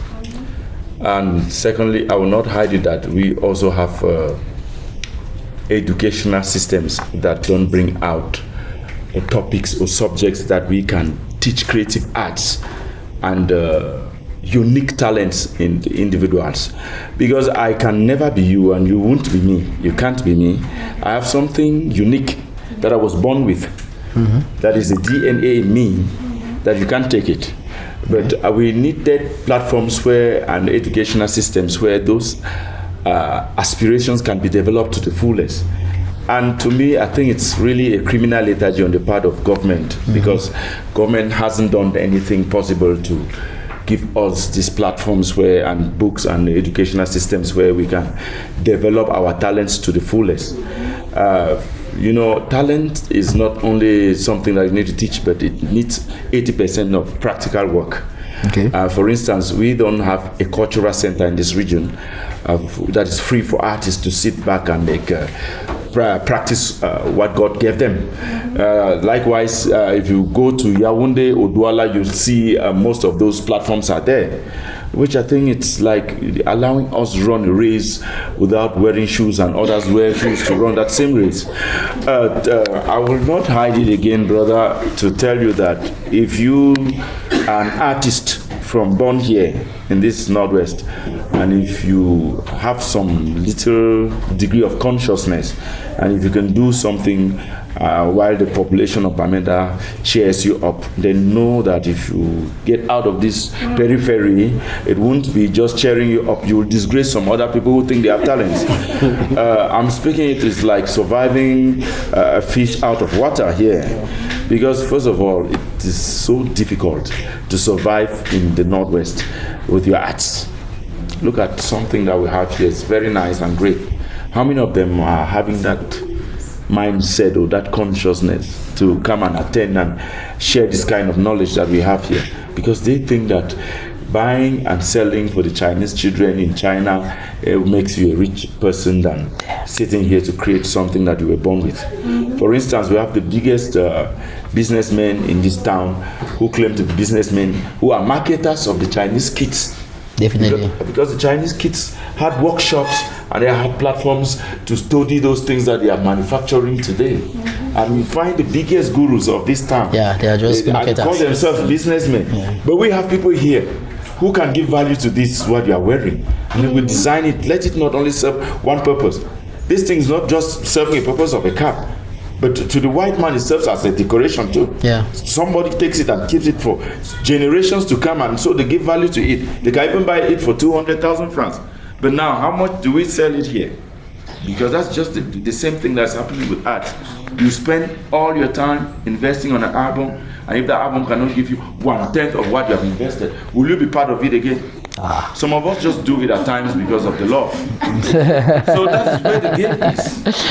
So I want to think that the government should, educational systems, we need to, NGOs are coming here. What are they doing in the name of NGOs, to embezzle money, or what have they done to develop the cultural aspects of this place? So we have a lot of things.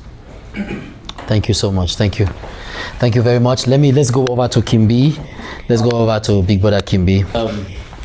As the coordinator of Bamenda Film Hub, I think you see a lot of talent pass through the hub. What recurring themes or stories are you noticing from young filmmakers in Bamenda right now? And what are they most passionate about telling the world? And what do you think they should be passionate about telling the world? You know, Bamenda has been quite challenging lately with respect to the arts and movie sector. For a start, you know, it is difficult to carry something like a tripod and be moving around, because you can be mistaken for somebody carrying a weapon. Yeah. Drones are not allowed, so that is already a creative hindrance to the production. Even if you carry a camera, you may be mistaken for a journalist who wants to take images that can compromise. So with those aspects, creatives that we have come across in Bamenda Film Hub, they are tilted to do productions that may limit them indoors. And by so doing, it tends mostly to love stories, stories that involve just family, and you see that it's a hindrance to their creativity. Sure. Then when you come to aspect of the kinds of productions that are sent out there by a creative, mostly gets towards stories that are not involved with the culture. That stories that they don't is not a reflection of our culture.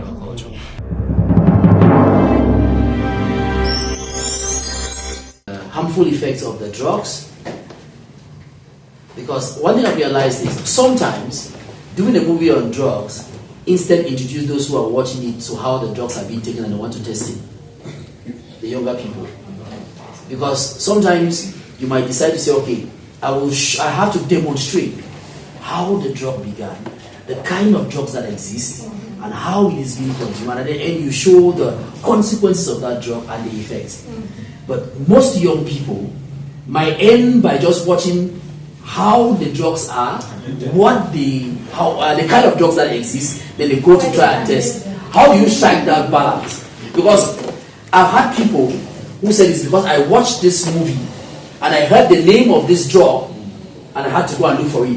But I bet you that the intention of that movie producer was not about exposing them to drugs, but the consequences. So how do you strike that balance to make sure that when you're doing a movie, it does not help instead educate people about the terrible things or the kinds of drugs that exist, but instead help impact them by showing them the consequences of those drugs so that they can help others? That will go to you and Meso. All right. I will begin this like as the head of the secondary school institution, I came across a situation where a child on AIDS was brought to my school and was pasted on the board. Now this child has people kissing and touching. The aim of that child was to show those harmful effects. Now, I went to Form 1. I was doing like a kind of a routine check. I saw children drawing those same things. They're drawing people kissing and all those kind of things. Now, an alarm was raised and the discipline master brought it to me. I looked at it critically. What is this child drawing? He's drawing what we posted on the board. We did not tell that, that thing is bad. If it's bad, then it will not have been in the school premises. That's true. So there are certain things that the filmmakers try to tell. They tell the stories in the wrong way. They use the wrong method. And instead, the audience, they are getting the wrong message. Awesome. For example, you need to know your target audience. If you are telling these stories, you are doing stories to show in secondary schools that involve Form 1 and so on. There is no need presenting the drugs, the smoking, because there is that kind of excitement. Awesome. You indicate that, okay, when somebody is smoking, there is that kind of joy. A child may be looking at that thing and not even getting the sound or not understanding the vocals. So he will just look at that excitement. And most often, the producers or the filmmakers do this trend for a certain time before start showing the negative effects. And if with our context, if that film is not catchy, to take that audience right to that end, when the person has to watch just the first few or 30 minutes of it, that's the information the person will carry. Drug is good, or start carrying those kind of negative effects. I witnessed something last week where there was a bike man coming, our taxi was going, the bike man was coming in front of the taxi. He has to send his leg to stop the taxi. I mean, like, I know how to stop the taxi, that the taxi should.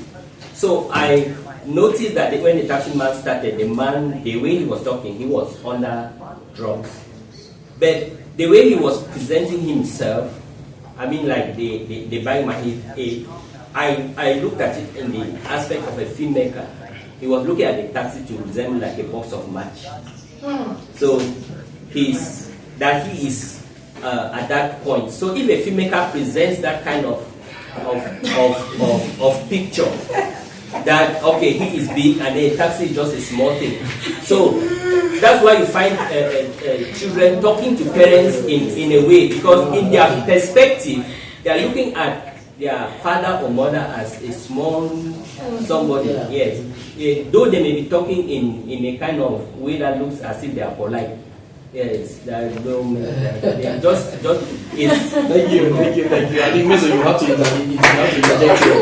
I think I said everything right, because at the end of the day, when you can have a good message to send out there, they send it, you pass it wrongly. You understand? At the end of the day, they'll take the wrong side of it, and the good message becomes harmful. And so the approach in storytelling, that's why most of the time it's important to study so that you understand how to tell stories. A lot of people just jump into it, just get up one morning, prepare everything. Of course, okay, that's how you start. But it's also important to understand that with time you have to be able to get proper knowledge on how to be able to do it the right way. Because when you learn to know how to present those things rightly, you understand, you will not go and spend time on the story showing the things that or too much time on the problem.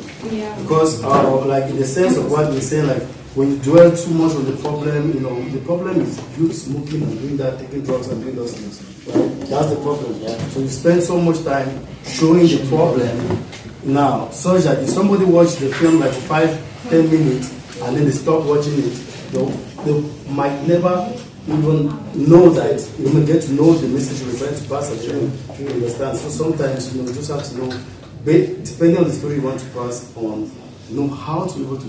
I mean, you can just start with the chaos, and then later on bring like this is how it started.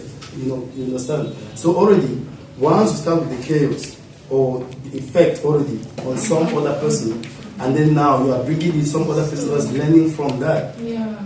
You understand already? So they already see that this is bad, and that one sticks at their head. So there are different ways to. It's about presenting. Thank you so much.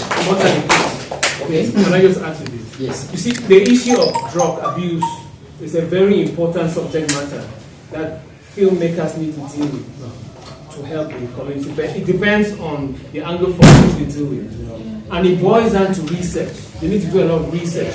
Because when you research deeply, you realize that drugs don't fall from the sky.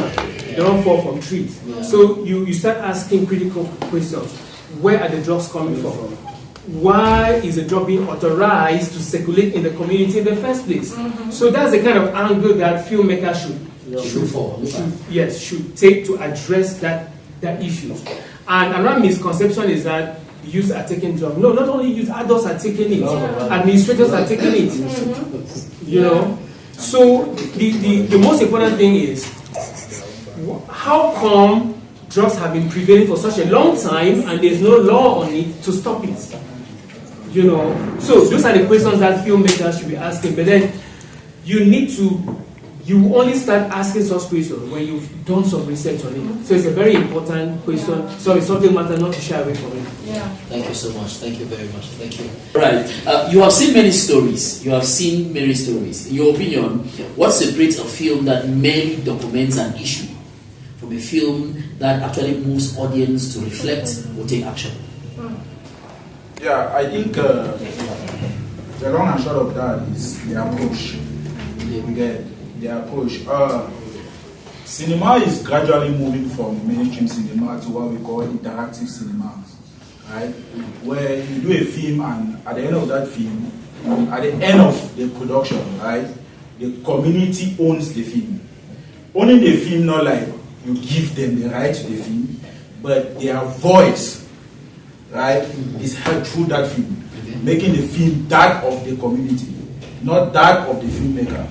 You get it is an approach that is gradually being introduced into the curriculum. I think most people don't know, but then cinema, as I said, cinema is gradually moving from mainstream, where you sit in your house, you write a story, and then you bring actors. For instance, it's funny that you are doing a story about Banso, or let me say or Mancon, and then you have a 90% cast from the southwest, it becomes problematic, because even if I want to portray our traditional dances in the Numa Juju, as that no matter how talented you are, you get, if I pick a boy from Mancon, right, who has not even been dancing Juju, but has the experience of watching, has been watching how these people do these things, will do it better off than somebody that you just brought, and because you wrote a script, that person is supposed to enact a juju. You get. So the approach that you use in that film, in your film, matters. Like, for instance, even at the level of conception, probably from script writing, for me, when I'm writing scripts, I start asking myself about the community. Where is this story centered about? And there are some holes that are allowed in the script that will be filled by that community. You get. For instance, I'm just doing a film, and there was this scene of a marriage celebration there. And if you read the script, it's just written there, marriage celebration. Now, when I went to that community, and I was like, okay, Mama, Papa, how do we do marriage here? How is this thing done? It doesn't mean that you stay away from their art, from their craft, as a filmmaker, as a cinematographer. No. You pick from what those people tell you, and then you see how you make it cinematic. You see how you make it to have some aesthetics in it and all that. At the end, you realize that, okay, of course, I'm the director of this film, but whose voice is in this film is the voice of the community. You get it? At the end, when we talk of interactive cinema, cinema can really not come to an end without feedback. So we are going interactive in a way that we also want the audience to be interactive. We don't want to have passive audience. We don't want to have people that will just watch film and go their separate ways. You get it? We live a life where your life is determined from the society you come from. How was I brought up? You get the point? Now, when you watch a film, right, and this might contribute to maybe the drug stuff or whatsoever, because I think there's a norm in filmmaking that your first 15 minutes should already tell the audience what you want to see. Your first 15 minutes should tell the audience. So if you are talking against drug, those first 15 minutes will already tell the audience what you want to see, right? But then there should be that feedback session. When you do a film about the community, right? I know resources will not permit some of us to do it, but I think that is what interactive cinema is all about. When you do a film about a community, for instance, if you are portraying the com culture, what stops you from taking this film, picking out some 10, 15 novels from com to watch? You get it? And they'll probably tell you that, okay, whoa, this is com, but this thing you are doing here is not what we do. So you need to change it, you need to change that. And you can start from the scripting. Our culture, right? We might not pick it rightly when we start doing what Graham Strong calls popular culture. You get it? But if we want to pick our culture as per se, want to talk about the Mango culture, the Com culture, or whatsoever, we should go interactive. When I do a film that is talking about Mango, right? What stops me from, even at the level of conception, meeting some parts, those parts are there. They're always there, that's They are there. What stops me from conception, meeting these parts, asking them like, how is this thing done? How is this thing done? At times we are inspired by stories we hear. You get it? Or stories we watch, right? Probably you might just be like, okay, I want to do a story about this thing. Like Graham Armstrong talked, they said, I want to do a story about maybe a documentary on Achu production, right? Achu, the cooking of Achu and all that. And at the end, you have the process of Achu from cocoyam to banana to whatever, and we have ourselves eating Achu and we don't know what is Achu. You get it? We don't know what is Achu. There's a problem there. We don't know probably why this person was using this thing, why this person was using this thing. Some of us grew up and saw that to prepare Achu, you need to put cocoyam, pound cocoyam, put banana and whatsoever. We don't know the why. Only those parents in the village will tell you why this cocoyam was. I just learned here from You get it? So if we don't go interactive, that's what I talk of the approach. We need to change the approach of filmmaking. That approach where you sit in your home, you see a story online, or probably you hear your neighbors discussing something, and then you sit in your house, and then you scrap, you write down something, and then in writing down something because you are from Com, because you are from Mancon, you like that your Ponchitok should be inside, you create some spaces and put your Ponchitok inside. You don't know the damage you are doing to that community. Just the fact that you hear an actor or a character in the film speaking Mancon and portraying the wrong identity of the Mancon people, you don't know what you are doing. You get the point? So if you must do that, it must be interactive. It must be from the community. It must have the voice of the community members. Thank you so much. Thank you. Stress on the importance of what we are doing here today, of trying to know your culture and try to, research and do things right, and present the culture rightfully out there. If you don't do that, people out there will come and do it for you. Trust me. And 2011, a German company, film production company, contacted me. I was one of the people that they're assigned. They had to do a project. They had to tell the story of Zingraf and the story and the Battle of Mancon. Right. Okay. So they assigned. They were like 7 of us that had to shoot not the story, but do interviews for I mean, I went to Bali, Bafut, Mancon, Ndop, right, to the different palaces. Like, and then they had to interview their program people that lived. That moment I saw, I mean, very old people that were part of the experience. Awesome. I mean, I remember in Bafut, the fun of Bafut was not the fun he did. He was like, I mean, like he was not in the era.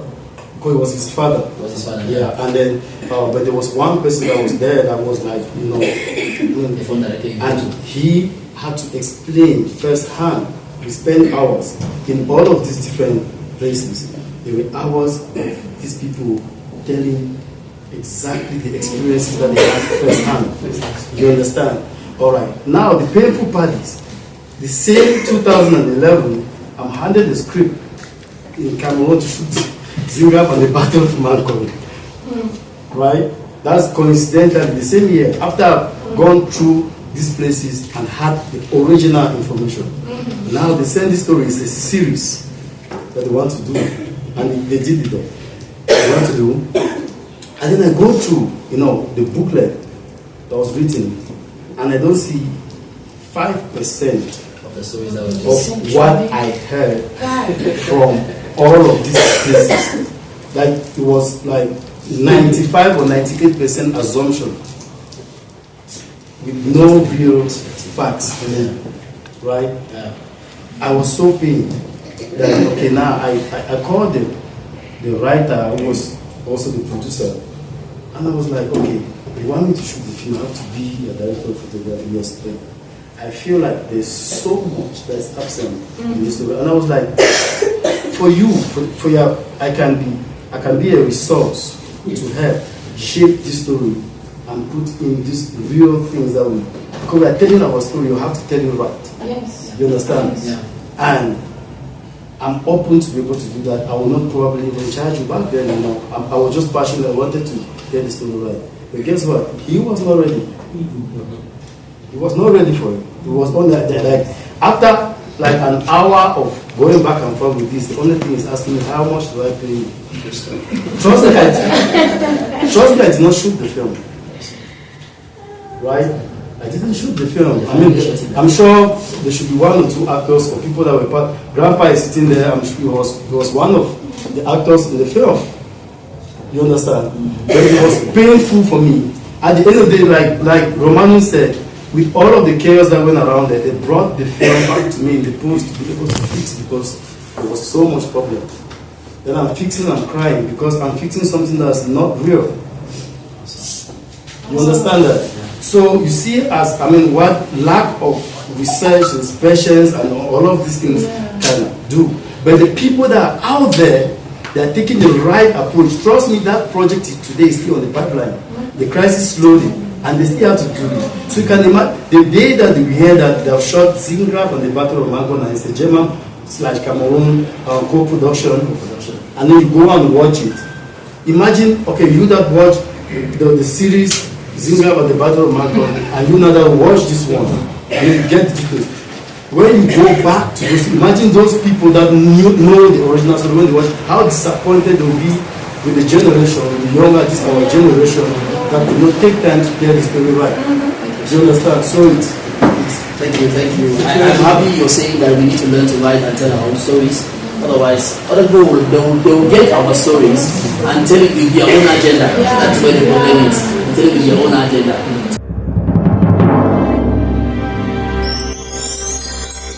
So I was tricked into finding out how did you win Grammy Award without being the popular name, the popular face that we all know.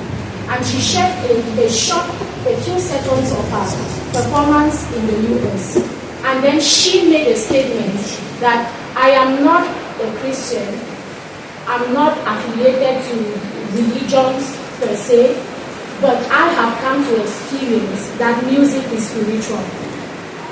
They did a song on abortion, discouraging abortion. They did it in French. And they performed that song in French in the US, where they speak English. And she said, while performing that song on that particular day, there was a young lady in the crowd who had committed an abortion just a week before her concert. She could not say a single word in French. She does not understand what they are saying in French. But while they were performing, she fought her way through the crowd. She fought her way till she got to the stage.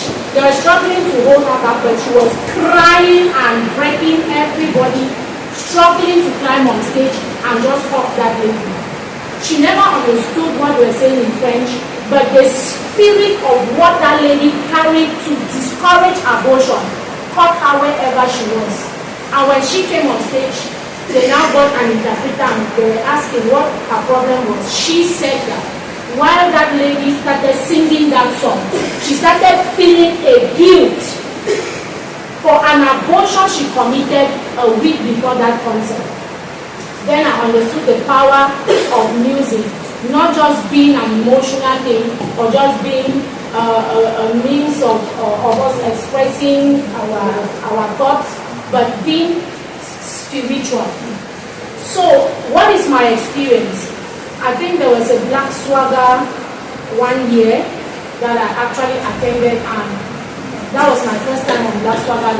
They wanted me to do a live performance. I just had a piano, and the song I did on that day made me to actually experience that music is spiritual. I was doing it in Kwen language. The population doesn't understand the Kwen language, but it was coming from a place. I don't know how I can explain that place, but it was coming from a place, from a life and from a spirit. And as I was doing that song, people started crying in the crowd. I was doing the song and crying myself because I did that song. I got that song at a point in my life when I wanted to commit suicide. I wanted to die at all costs. I just needed to leave the earth because of so much pain and suffering. So the song came from a place of that pain, and then at the same time indicating a ray of hope struggling to come from my spirit. So I expressed it through that song. Now, singing that song, I realized that the same energy that I carry, the spirit of that song got hold of people in the crowd. People were not shouting and making noise, but people were sobbing. People, sometimes you don't know the impact of what you do by the fact that the crowd is shouting. Sometimes your art, when it is authentic and it's coming from that place, people will sit like this. They will not even be able to move. They will not be able to react.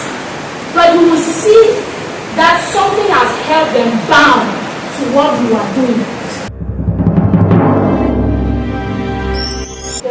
The pain, the death, the molestation, and everything that was happening when the crisis came up triggered something in me in 2020 that shifted my entire music career.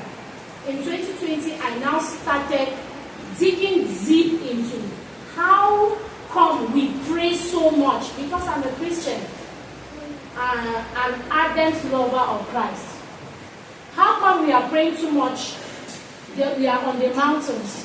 We are at the junctions, village squares, palaces, crying and praying. How come we are praying and crying too much for this crisis to end and it's not ending? That was my thought. It now pushed me to go back, to retreat, just like the ancestor said. I had to retreat from the noise.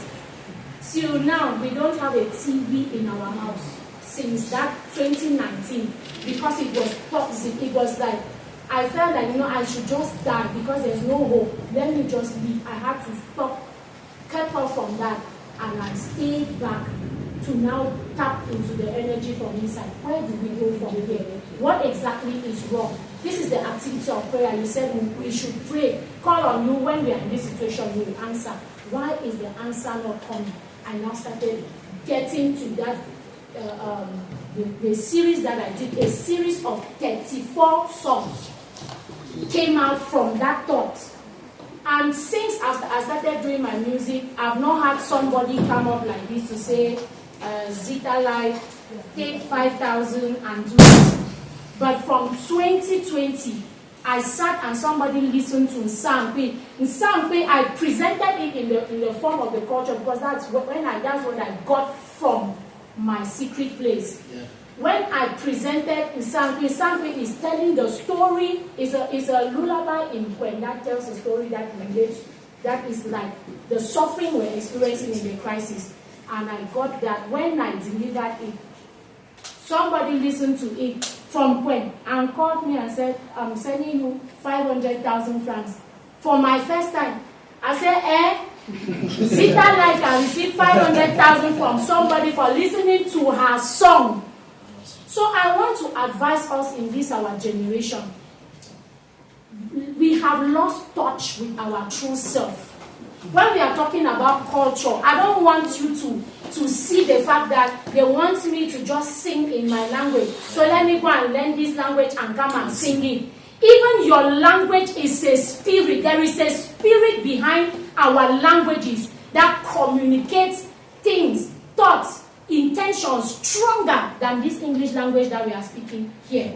Trust me, when I sing on stage and I burst into my Kwen language, you can tell it, a lot of you that have followed my administration anywhere or performance anywhere, when I enter with that place, it's as if a different spirit has taken over me. I begin to roar like a lion in that place because there is a spirit behind every language, behind every culture. Every culture has its virtues, it has its values, it has its qualities, and it has its power and spirit from the source of all existence. When you connect to yours, your real identity, your true power comes alive. And anywhere you stand, put a Beyonce and then put me on that stage. When I enter my worship conversation, cry and from Kwen, it will ask and say, "Did picking come off site?" So please let us go back to our roots. Let us reconnect. When we were struggling to discover talents, you will see young people like this with voices, vocals. You will listen to songs they have done in the studio. You place them on stage to perform their own song. It's as if their real self has been caged somewhere in one thick forest and maybe buried again and clocked with irons, while the empty corpse is just standing on stage and trying to make like this. There is this generation, I am pleading with us. Let us reconnect to ourselves. We have lost it and we think that we are there. We think that we know. We think that we can stand in few seconds and take AI and produce a song, let them know that I can sing. Please. It is not just about singing. It is about transferring a life to people. It's about making an impact in the lives of people with what you are doing. And it will not come because you use AI to produce it. AI will only be AI, but the life of that thing that you are talking about is coming from you, connected to your true identity and delivering it to your audience. Thank you so much. Thank you, ladies and gentlemen.